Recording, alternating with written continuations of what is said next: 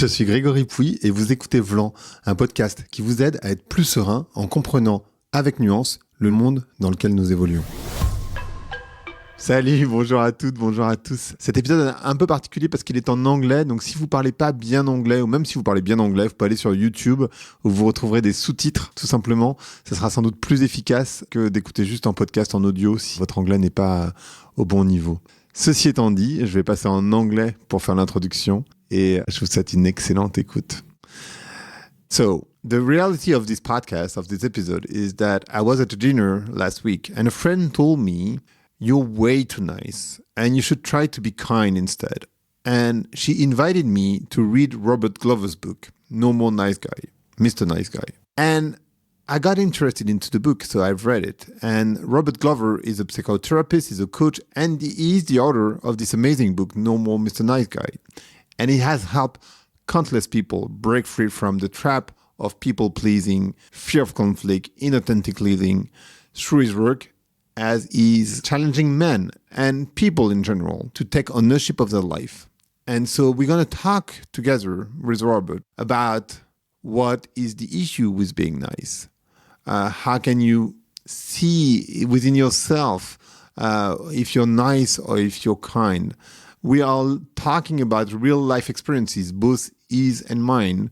And we're going to also talk about relationship with men and women, how this is also a trap when it comes to men especially. It's a super, super interesting conversation. I love recording it. I think it's very nuanced and so interesting as I am a nice guy.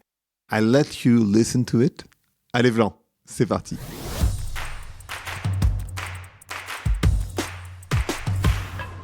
Hi, everyone. Hi, Robert. How are you doing? Hey, Gregory, I'm good. Good to talk to you. Yeah, good to talk to you. How is it in Mexico? Perfect. It's sunny, it's warm. This is approaching the end of November, so we're through our rainy season. It's cooling off. It's not so humid. Perfect. Couldn't ask for anything better. We're going to talk about the night guy concept that you've developed. And I was wondering maybe, what is the issue with being nice? Maybe that's the first question that everyone... What's wrong with being a nice guy, yeah, right? What's wrong with being nice? Well, I dive into that right off in my book, No More Mr. Nice Guy, because number one, the title, No More Mr. Nice Guy, you might think, well, why would somebody write a book teaching men to be not nice? There's already enough not nice guys out there, right? Mm-hmm. And I dive into it right away, what's wrong with being the nice guy. And it's primarily because the nice guy is not authentic. He's not in true self. And because my work has evolved to mainly be with men, I often talk in terms of men. And No More Mr. Nice Guy is written for men, but this applies to women as well. The core basic, nice guy, nice girl, they are inauthentic because at a very early age, they emotionally internalized a belief, I'm not okay just as I am. So nice guys and nice girls are trying to do two things. One is that we're trying to become what we think other people want us to be. Then we'll be liked and loved and get our needs met. The second thing is hide anything about me that might get a negative reaction from anybody. So hide my needs, my wants, my feelings, my sexuality. That way I won't upset anybody. So because a nice guy, nice girl, are trying so hard to be something different or hide things about them, they're not real. They're not their true self. They're not their authentic. Often they don't even know what their true self is, what they really want, what they really feel, what's really important to them, because they're so busy trying to please other people and hide things that they don't ever ask, what do I want? What's important to me? What do I want to do? Actually, I'm doing this episode and I came across your book because a friend of mine, American, told me, you're such a nice person, but best is to be kind. And you are a bit too nice. And I was like, what are you talking about? And she was like, you should read Robert Glover's book. And so I did. And then I looked at your podcast and then I thought, okay, he's saying in the podcast that he's doing any interview. So I was like, okay, let's do an interview together because I thought it was super interesting for everyone to hear about you and your thinking. What is the difference between being nice and being kind? You know, I don't necessarily draw that distinction in the book per se, but it's a good question. And I think it's interesting that a woman recommended the book to you. and that's not unusual. A lot of men tell me, a wife, a girlfriend, a sister, a female therapist, an ex-wife gave them the book. So that's not, because women spot this. Women can see that in men. And again, you know, we're still kind of asking that question, well, what's wrong with it? Well, the nice guy, you know, there's nothing solid about him. Let's even me just frame it in terms of maybe the woman, what your friend maybe saw in you. We're too pleasing. We're trying to make people happy rather than making ourselves happy. Maybe we're conflict avoidant. You know, we don't tend to like conflict. We try to, well, we'll just, you know, I won't even bring it up because it's too much trouble. You know, we'll fight about it. I'll just go along and get along, or I'll just ask later, or I'll ask for forgiveness instead of permission. And so when there's no authentic self, when we're pleasing, when we're avoiding conflict, when we're not telling the whole truth, and that's a real core piece for nice guys. Well, nice guys think, oh, I'm a good person. You know, I do things right. I follow the rules. We're often really dishonest. And that really applied to me. And that's one of the first things I went to work on when I started working on my nice guy syndrome about 30 years ago, is that I would shade every story. I had a lie coach in my head. There's a voice in my head that said, tell it this way. Leave that part out. Oh, don't bring that up. Or remind them they did the same thing. Or, you know, just distract their attention somewhere else. And I realized I never told the whole truth, just as it was. Because I was afraid there would be conflict, somebody would be mad at me, I'd get hurt, I'd get left, I'd get abandoned, I'd get yelled at, I'd get the silent treatment. And so all of these patterns that we think we're being nice and maybe kind and generous and caring and giving, believe it or not, they're all really self-centered. Like a nice guy will say, well, I just don't want to hurt anybody. And I go, no, you're just covering your own ass. You just don't want somebody upset at you, right? You don't want anybody mad at you. You don't want anybody leaving you. So when you say you're being nice, it's really all about you. One time, years ago, I was talking to a therapist, and it's a woman therapist, and she said, could you call nice guy syndrome shadow narcissism? I said, well, I've never heard that term, but I thought, I like it. I like it. It is a form of a narcissism. It's not true full-blown narcissism that no rules apply to me. You know, everybody should always pay attention to me. But it's more like it's all about me, and that I don't want to get abandoned. I don't want to get rejected. I don't want to get hurt. I don't want anybody mad at me. So that narcissism is all about me down in the shadow, and we're covering it up with all this goodness. Look at all the good things I do. Look how much I do for you. Look how I try to please you. Look how I sacrifice myself. And so there's all about self. Now, how's that different than kindness? Because people will tell me, probably like they tell you, you know, when they find out I've written a book called No More Mr. Nice Guys, I teach men, you know, to be what I call integrated men. And we can talk more about what that means. And people say, well, you seem like a nice guy. You know, you seem like a caring person. You seem like a kind person. And I think in general, I am a kind, caring person. But as a friend of mine told me one time, he said, Robert, you can be a dick. And I don't know how that translates into French, but he said, you can be a dick, but you're not a dick. And he said, when you can integrate those two things, you'll be a much more authentic, honest person. So that's the integration I'm talking about. We have things in our shadow. We have things that make us human, that give us rough edges. We can be unkind. We can be impatient. We can be sarcastic. We can be judgmental. We can be critical. We can be selfish. We can be self-absorbed. That's okay. Those are parts of who we are, but it's not all of who we are. So we don't have to try to repress all those things and create this front of, look at me, I'm good, I'm nice. We can take all these traits, the parts of us that are dickish, and integrate that into parts of us that are kind and caring and generous and loving. And we don't have to hide that. We can just be who we are. What you see is what you get. So the kindness will come out of our authenticity versus us trying to win somebody's approval or get them to value us. And a piece that I know you probably read about No More Mr. Nice Guy is something that I call covert contracts.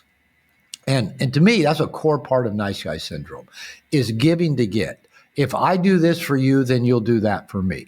It's covert.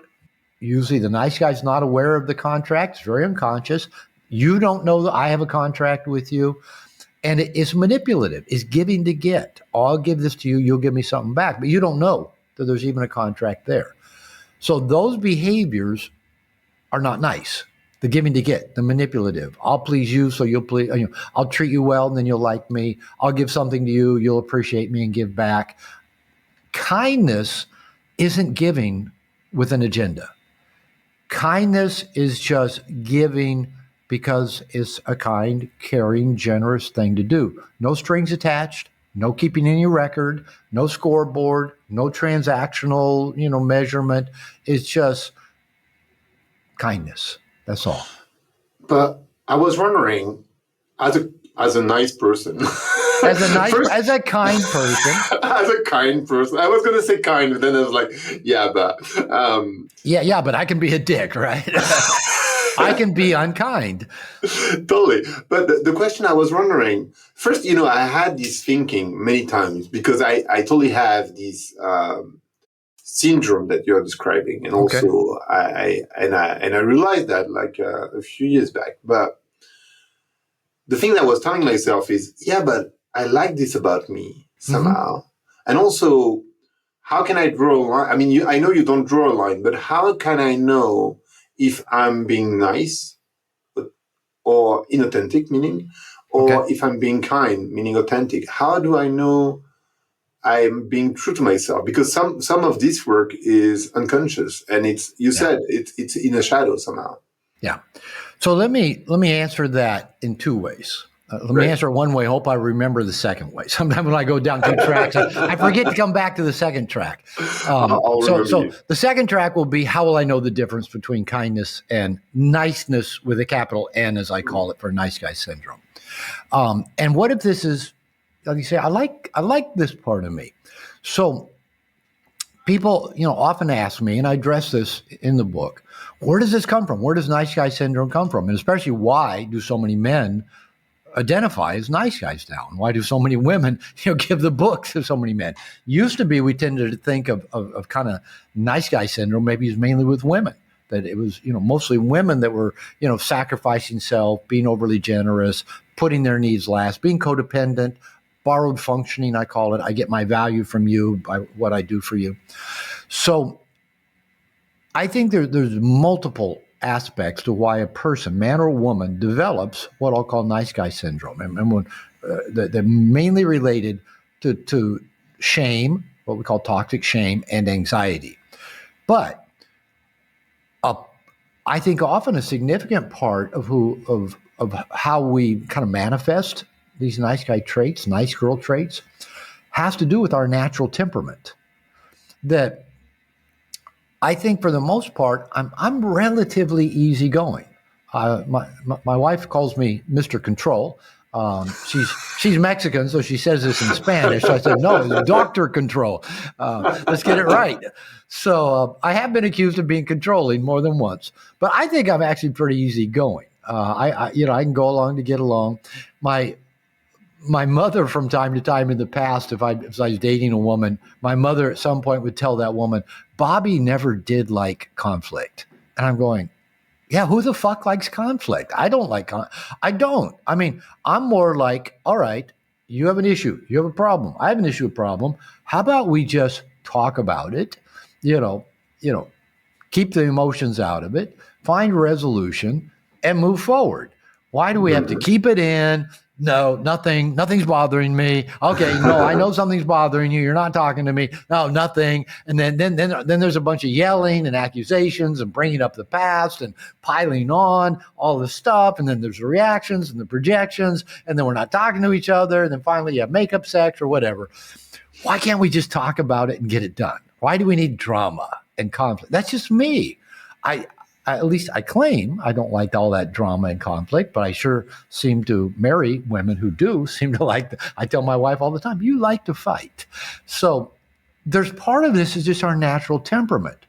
Everybody is born different. Anybody that's, parented more than one child know that the children come out very different from maybe the same parents, right? One might be, really serious and, hard driving focus. The other one might be just fun and easygoing, and another one might cry all the time, and another one might be never a moment's problem. We're all born with a temperament, and philosophers, psychologists, medical doctors have debated for centuries. The nature versus nurture. What are we? Are we the result of our genetic inheritance? Are we the result of our environment and our influences? Of course, it's both, right? Anybody that says it's all one, they got their head up somewhere else. It's both, right? But the longer I live and the more I work with people, the more I actually lean in the direction most of who we are is probably genetic inheritance. It's temperament we were born with. Because I think that temperament goes a long way to influencing how environmental factors affect us. Because you might take two children in the same family, and I'm a marriage and family therapist, so I've been looking at families for a long time. Say you have 2 or 3 children in the same family, all grew up in similar circumstances. Let's say, maybe birth order, makes a distinction for them. But let's say mom and dad have this intact relationship. All 3 kids grow up with fairly, dad maybe works a lot. Maybe mom is overly involved with the kids. Whatever the story is, all 3 kids grow up with very similar circumstances, and all 3 kids turn out very different. One becomes an alcoholic and drug addict that is in and out of problems their entire life. Maybe another one becomes the high performing, high achieving, makes good grades, gets a great job, always responsible, makes the good money. They're the beacon of the community. And maybe one of them is just kind of the lost child. They're just never really do find their way. They're not fucking everything up, but they're not really perform. 3 kids, all with very similar family experience, and they're all very different in their paradigm, their roadmap of how they interact with the world. So I think our natural temperament goes a long way. So kind of going back to the first part of your question, I'm not saying we need to, judge or get rid of our natural temperament. If we're naturally easygoing, great. I'm an emotional introvert. It took me a long time to realize that. Me too, actually. Yeah. And for people that are listening, all that really means is if you're an introvert, you get your batteries recharged more in isolation, solo time, reading, listening to music, doing things that you want when you want to do it. Often, maybe a little bit of solitude. The extrovert gets their battery charged being social, being out. And my wife and I are a good example of that. I'm an emotional introvert. So, and she's an emotional extrovert. She's the life of the party. She likes to be out, likes to be social. I think every night this weekend, Friday night, this is Monday. So Friday night, she went out with some girlfriends, got in 2, 3 in the morning. Saturday night, she went out with some girlfriends who didn't show up, but just stayed out dancing till 2 or 3 in the morning. Last night, she went to a friend's birthday party early in the evening, got back. She and I went to the beach for dinner last night, got done, and a friend of her had messaged her while we were at the beach, says, hey, you want to go out? So she goes out again last night, but at least she was in before midnight last night, right? That's her. And she loves to go out, be social. She loves to dance. She likes to drink. She just that charges her battery, right? I'm like, oh man, if I can be in bed by 9:30, reading my Kindle a little bit. I'm reading 2 different books now. I'm reading a fiction book, a nonfiction book. I kind of bounce between the 2. Turn the light out at 10. up by 7, come downstairs, make my coffee, the sun's coming up. I do some meditation. I read. I do my morning pages. My dog maybe comes to sit by me, and then my wife gets up and we go for a walk with the dog. That recharges me. Now, I like people. I like being around people. But if I'm too much around people, if I'm up too late, if I'm out of my routines, it wears me down in a big hurry. Okay, that's my temperament. I need to honor that. And my wife needs to honor hers. I can tell her, well, because I want to be in bed by 9:30 or 10, you should want to be in bed by 9:30 or 10. But that would be prison for her. And it would be hell for me to be out till 2 or 3 in the morning drinking, listening to people talk, and this and that. It just doesn't feed me. Okay, so we need to honor that. So it could be that part of your maybe kind, or let's just say nice temperament, not in a toxic nice guy way, is to be pretty easygoing, to not necessarily need the attention, be the life of the party. Maybe you're caring and giving. I know a lot of people, me, you, a lot of people get great joy out of giving to other people. Mm-hmm. That doesn't make it bad. We nice guys often have to work at learning how to receive and let people give to us, because every woman I've ever been with has said, Robert, you're hard to give to. And they're right. I am. I'm not a very good receiver. I have to work at it. But it gives me great joy to give to other people. Now, I've had to actually address that. When I was married to my second wife, we were in therapy and realized my covert contracts, I was giving to get. I was giving surprises, gifts, nice things to my wife, mainly so she would appreciate me and think I was great and tell everybody how great I was. And I went 1 year where I did not give her any gifts, not even birthday, Mother's Day, no surprises, nothing, no cards. And every time during that year I had the impulse to give her something, I thought, oh, that's on sale. I'm at the mall, and I'll get her that because it's on sale. Not only could I not give her anything, if I had the impulse to give her something, I had to do something for me. Oh, wow. That was hard. Yeah, wow. That was hard. Now, I didn't have to necessarily go buy myself something, but I had to do something for me. Maybe go get myself a coffee, maybe sit and relax, maybe watch a movie, maybe go for a walk, whatever. I had to do something for me. And that actually made me a more receptive person, which now when I'm in a relationship, there's more of a reciprocity. Other people can have the joy of giving to me, which why would I rob them of that? My wife loves to give to me. A lot of times I'll be sitting here doing an interview, corner of my eye, I see my French doors to my office open, and she comes in and puts like a glass of coconut water right here on the corner of my desk. It doesn't come on camera, and because it gives her joy. And if I didn't let her give to me, I'd be robbing her of that pleasure and the joy of giving. So I have to practice receiving. Okay, so there's one part to your question. We don't have to get rid of these things that are who we are. We have to honor those things. We have to say, okay, this is who I am. This is my nature. I am giving by nature. I'm generous by nature. I'm kind by nature. I don't like conflict by nature. I like to be in, early and read a book, in the evening by nature.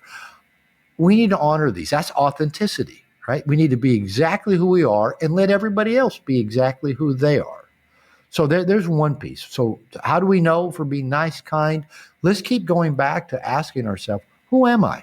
What makes me happy? What feels right to me? Where are my sweet spots? How do I consciously maximize the things that feed me, make me happy, move my life in the direction that I most desire? Okay, so there's part one. Part two, if the nice guy syndrome, as I describe it, as we're talking about it, in my experience, is pretty much driven from a very early age by two factors. One, the toxic shame. I'm bad, I'm unlovable, there's something wrong with me, I'm not okay just as I am. And closely related is anxiety. And typically an anxiety around being abandoned, around getting hurt.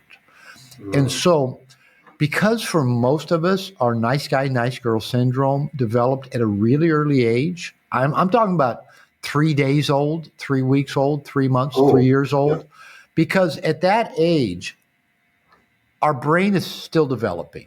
It's growing, it's plastic, it's almost in a hypnotic state. Right.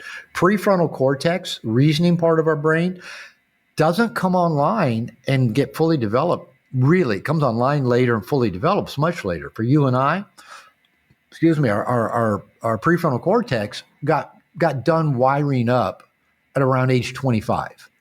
Now, and that means, if you ever raise a teenage boy, and I've raised 3, they do dumb stuff. They just don't think. They're impulsive. Now, raising daughters is different. They seem to create a lot of drama. The girls like drama. The boys do dumb stuff.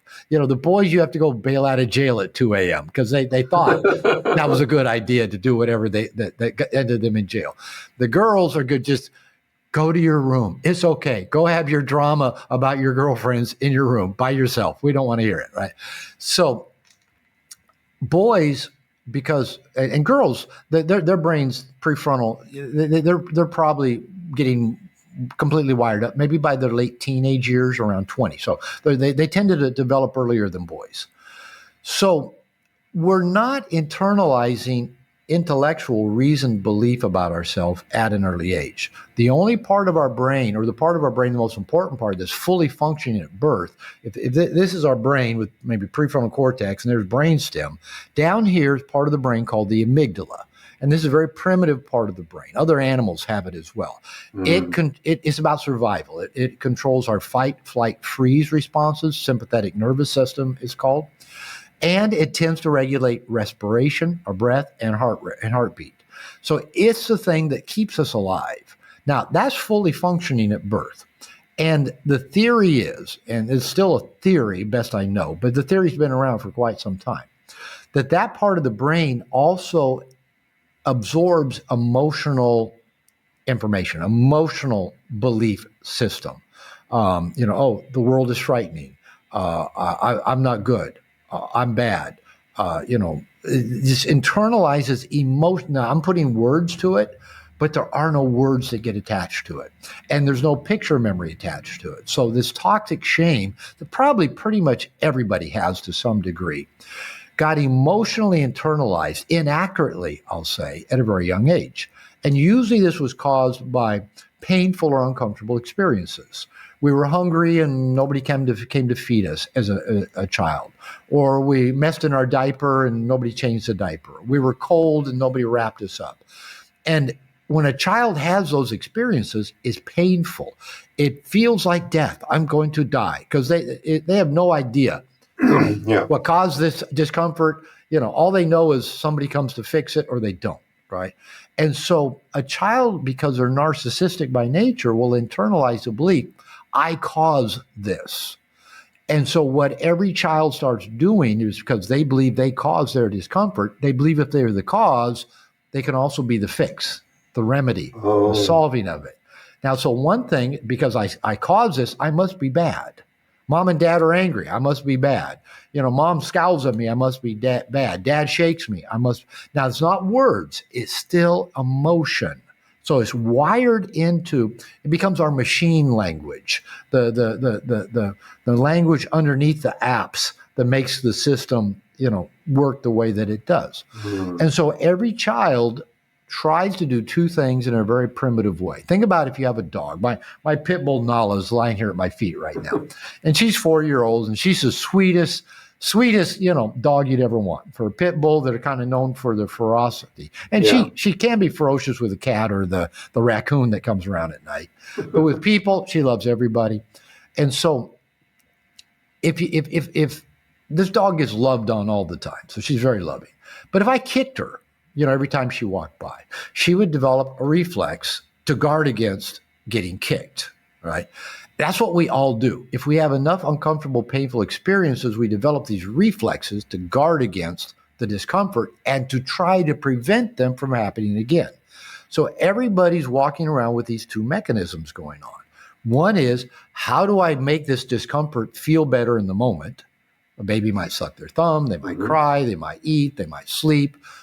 And how do I prevent this from happening again in the future? And again, we have about the reasoning ability of a dog, right? We're not really thinking it out. We're just reflex mode. Did we then bring all of that through childhood, adolescent, where it gets more solidified, adulthood, and now we get to be adults, and this is my definition of neuroses. As adults, we're using the survival mechanisms we learned at 3 weeks old, 3 months, 3 years old, because that's all we had. That's all we could go with was a very emotionally based interpretation of what happened and reaction to it. We bring that into adulthood, and we're still trying to get our needs met, be liked, be loved, be productive, be happy, using those really old methods.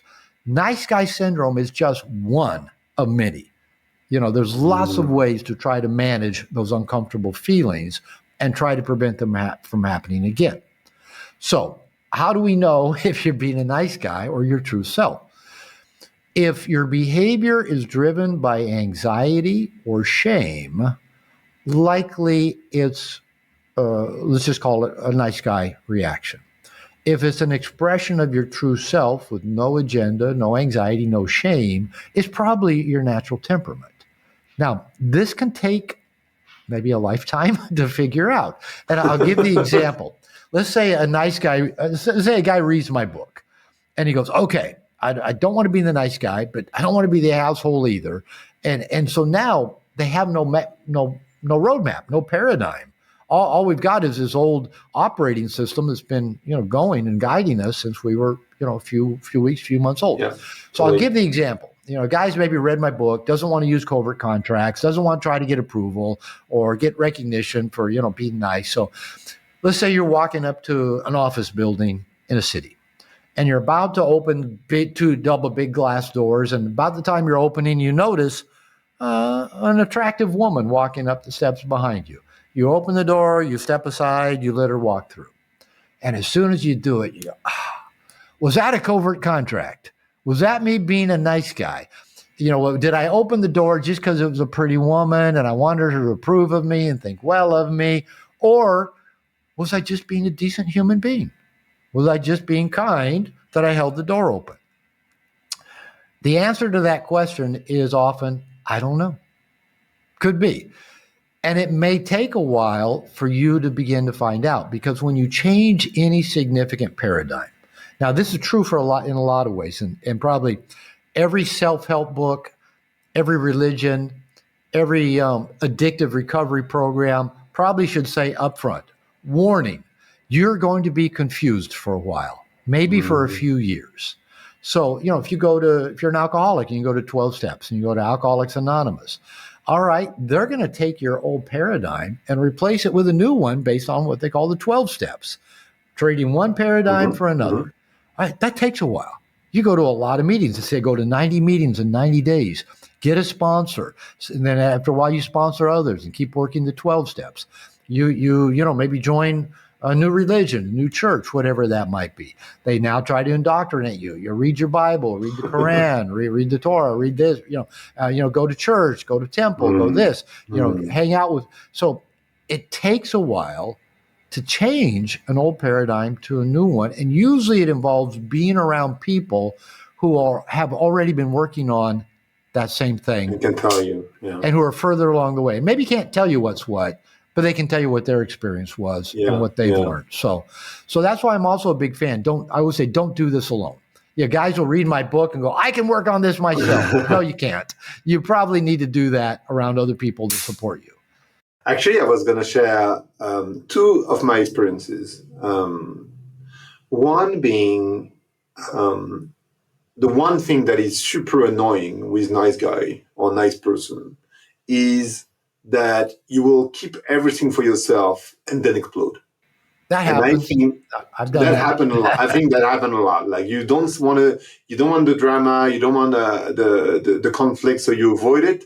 And at some point, because you're taking so much on yourself, at some point you explode. And I'm trying to avoid that, but it's not that easy to avoid it. Second story is I had, it's an old story, but I had two friends that wanted to see me at the same moment. One was, a very dear friend of mine, old friend of mine that is living in Germany still. And the other one was a woman that I was interested in. And I wanted to see both.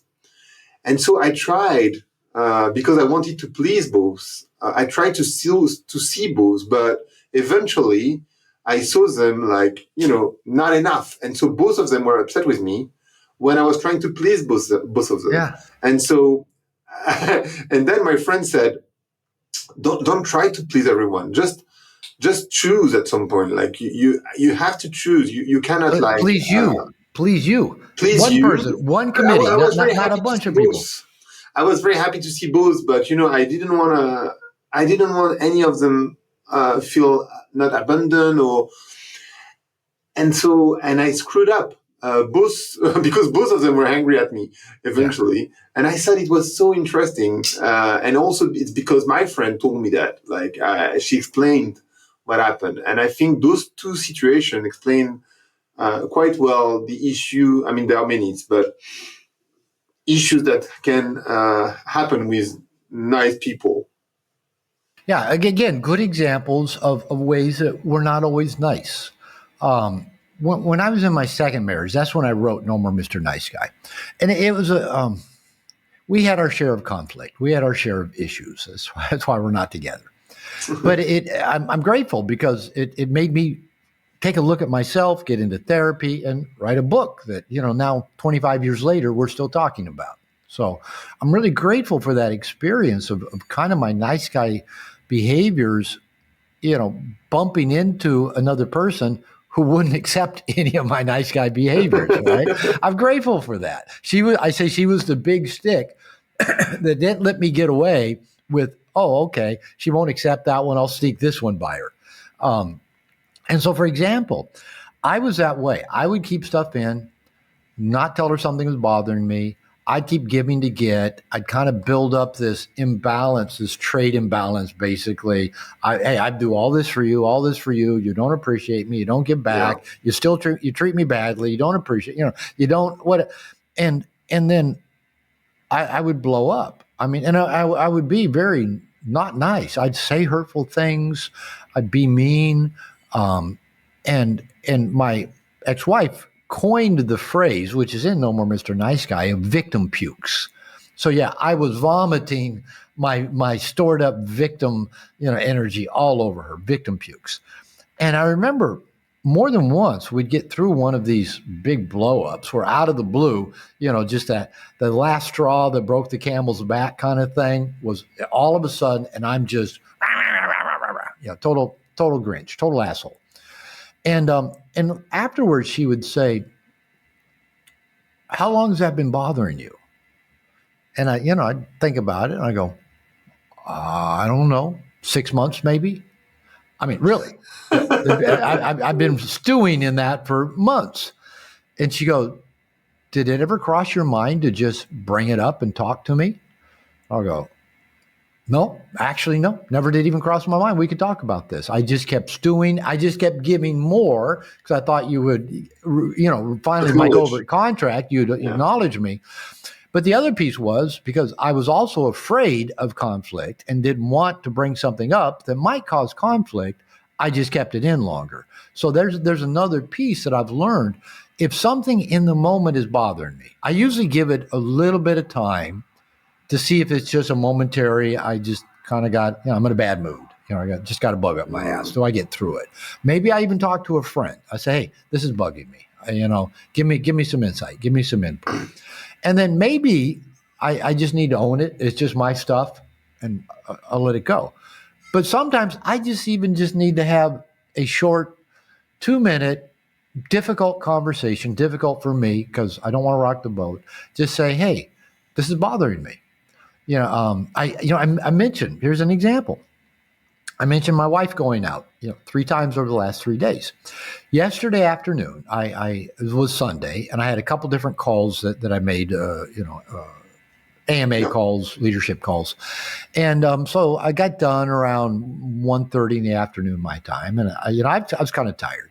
And I said, I just want to relax the rest of the afternoon, maybe, take a nap, maybe read a little bit. And my wife was doing some other stuff downstairs, and she came up a little bit later. And I got to thinking, well, maybe we'll go to the beach, go get something to eat on the beach, watch the sun go down. Well, we live near the ocean. And she came in and she said, oh, her friend Anna her birthday is next week. We're going to be out of town. So she invited my wife to come over for dinner this evening. I said, oh, I kind of thought maybe we could go to the beach and get something to eat. I hadn't mentioned it, hadn't brought it up. And then so I got up, went and used the bathroom, and I came back and I says, next time I prefer that you talk to me before you make a commitment to go do something so we could kind of work it out. She goes, oh, I haven't actually committed to go. I was telling you she invited me to go. And I said, oh, okay. But I brought it up rather than just keeping it in and being upset. And she goes, I said, well, is it like all night long and she says, I don't know. And I said, well, how about this? Would it work? You go at 5:00, stay a couple hours, be home by 7, and then you and I go to the beach. And she goes, I think that will work. So instead of me keeping it in and let it building, I said, next time, talk to me first before you make a commitment. She goes, well, I haven't made a commitment. Right. I just told you I have an invitation. Okay, I get it. So we talked it out rather than letting it build up. So those victim pukes, as you say, are kind of an ugly part of nice guy syndrome. And as you also mentioned, another part of it is the not wanting to hurt anybody often leads to us hurting people, right? Totally. And I call that, the committee in the head that says, well, this person wants this and that person wants this. Well, if I do that, what will this person think? And, my family and culture. And yeah. Well, what will they think, whoever they is, right? Instead of the committee of one that says, what do I want? Now, the truth is you may want to see both friends. And you may just have to tell, both friends, I have 2 requests. I'd like to see you, and I'd like to see the other person that has a request. And I found often if you'll just put it out there, right, put it all out on the table, often some elegant solution can arise that you hadn't even thought of. But if you just stay in your echo chamber of your own head, thinking, well, how can I see him? How can I see her? Well, she will be upset. Well, there's nothing elegant that's going to bubble up. What if even you got both of them on the phone at the same time and said, I want to see both of you guys. I'm just putting this out here. Let's brainstorm this. Let's mastermind it. Let's war game this. How can I enjoy the both of you to the maximum, right? Not because you're afraid of hurting anybody, because that's what you want. You want to spend time with both of them. And so let's just put it out there and see what comes up. Yeah.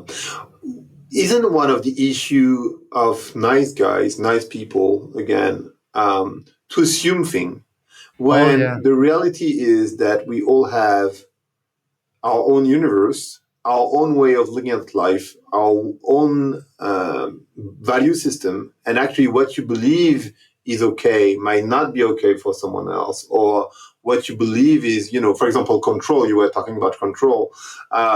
What might be control for your wife is not control at all for you. Yeah. So we have different systems, but still nice people assume things for the other. And that's one of the issues that they have somehow. And I totally, I'm totally in that category. Yeah. I'm reading a book right now. Like I said, I'm reading 2 books, fiction and nonfiction. The nonfiction book is a book that I heard recommended. Actually, somebody sent me a little video where somebody recommended their top 3 books that they recommend to men. Okay. And the first 2 were my book, No More Mr. Nice Guy, Way of the Superior Man by David Deida, which I love. Sure. And the third book I never heard of. And it's called How I Found Freedom in an Unfree World.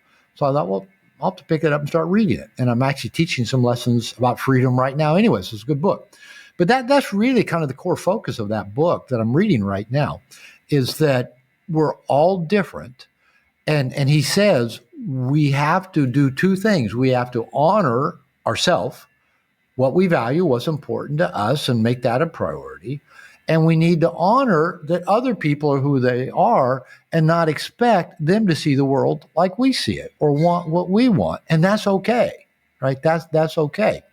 And so that assumption that the whole world, is like us, will bite us on the ass in a lot of different ways. We'll assume that everybody will just understand us and what we want without us having to say, no, that's not going to happen. Or we'll just assume that because we want something, Other people are going to naturally want the same thing. And no, that's not going to happen. I mean, I think of an example. When my wife and I moved in together, I bought a house down here in Puerto Vallarta. She's Mexican. And we moved in when I bought the house and got married just a few months later. And she and I just celebrated our 8th wedding anniversary 2 weekends ago. Congratulations. Thank you. And we've had to overcome a lot just because we're very different. She's a woman. I'm a man. that means we have a lot to overcome. We grew up in different cultures. She grew up 8 out of 10 kids in poverty in Guadalajara, Mexico, with an alcoholic father, a mother that didn't protect her. I grew up in a very middle-class family, Seattle, Washington. I say kind of white bread, bunch of Boeing engineers family, stuff like played soccer, baseball growing up. I have a college education. I got a PhD at 29. She dropped out of high school at 15 to go to work because she didn't even have shoes to wear to school. And she wanted to be able to buy her own clothes, take care of her mother. She speaks Spanish. I speak English. So, there's a lot of differences she and I have, right? Just cultural. Like she's the extrovert. I'm the introvert. And so a thing as simple as one reason I moved to Mexico from Seattle. Seattle, for people in Europe, think of just kind of like London. Think of the UK. Think of gray, cloudy, short days in the winter, kind of cold, wet, not a lot of sun. Seattle's like that, right? Short days in the winter, gets sunlight at 8:30 in the morning, gets dark at 4:30 in the afternoon, overhanging, gray, cold, wet, windy. I get down here to Puerto Vallarta, and it's late November, and it's it's probably around 28, 29 Celsius right now. It's sunny. Oh, wow. Oh, wow. Nice. Oh, yeah. So it's better than Lisbon then. So I got down. I've been coming to Mexico for 25 years because I love the sun. I love being outside. I love walking. I love people being outdoors. Seattle, everybody's in their car. Nobody talks to each other. You don't see, you eat indoors. Here, you eat on the sidewalk. You eat outside, right? And so I love that about Mexico. It's one reason I moved here. So my wife and I get married, move in together. Right. And I love to sit out on the front porch of our house. It kind of overlooks a park. There's a street across the way. And I'm just sitting outside because I can, right? It's warm. It's comfortable. I don't have to be indoors with artificial light and the walls around me and air conditioning. I can be outdoors.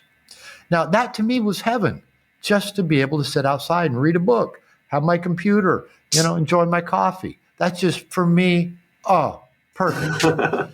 But my wife, she grew up, like I said, in a very impoverished situation where every, crowded neighborhood, crowded house, 10 kids, everybody's in everybody's business. Everybody has walls around their houses. There's crime. If you go sit outside, it's because you're up to no good, right? You're up to no good. She said women used to walk by their house looking for her father. He was, up to no good anytime he left the house. There's just a lot of no good if you're outside your house. So she thought I was sitting outside the house because I was up to no good. I had some agenda. I was hoping, some young hot thing would go walking by and we'd have a conversation. I'm just out front because I fucking can. Yeah. In Seattle, you don't go sit outside in November. You don't do it. So that, believe it or not, took a long time to figure out why we had conflict about that, right? The bottom line was we're different. And both temperament, culturally, life experience. So she thought I was up to no good, but I didn't know that for a long time.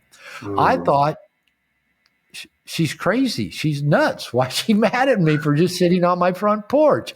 I'm not doing anything.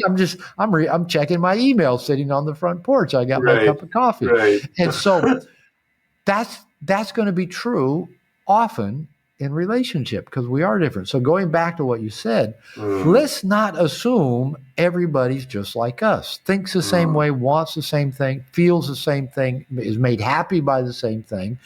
So let's not expect them to read our minds, and let's not try and read their minds, and let's not impose our way of viewing the world on them, and don't let them impose their way of viewing the world on us. Because it would have been easy for me to start saying, oh, it upsets her if I sit outside on the front porch.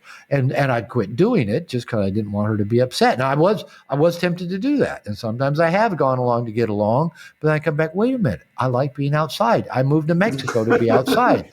So I'm going to sit outside. I now sit outside my back garden because I like it. But at times she'll even go, why are you outside? Because I like to be. And so, and it's okay if we see it differently. It's okay if we have a different experience of what that is. And that's just kind of seem like maybe a trivial example, but it is how the way people start giving their power away or start trying to control others or project onto others when it's just stuck between our ears because we're different. That's all. Ceci est la fin de la première partie. Je vous donne rendez-vous dans un deuxième épisode. Merci d'avoir écouté Vlan. Si vous avez aimé l'émission, n'hésitez pas à mettre des étoiles sur vos plateformes de podcast préférées. Vous pouvez aussi partager l'épisode sur vos réseaux sociaux, Instagram Stories, Facebook, LinkedIn, où vous voulez. Je suis Grégory Pouy. Vous pouvez me retrouver sur l'intégralité des plateformes sous le nom Greg from Paris. Si vous avez des idées pour des invités, si vous avez des commentaires, n'hésitez surtout pas à m'envoyer un message. Allez, merci et à bientôt.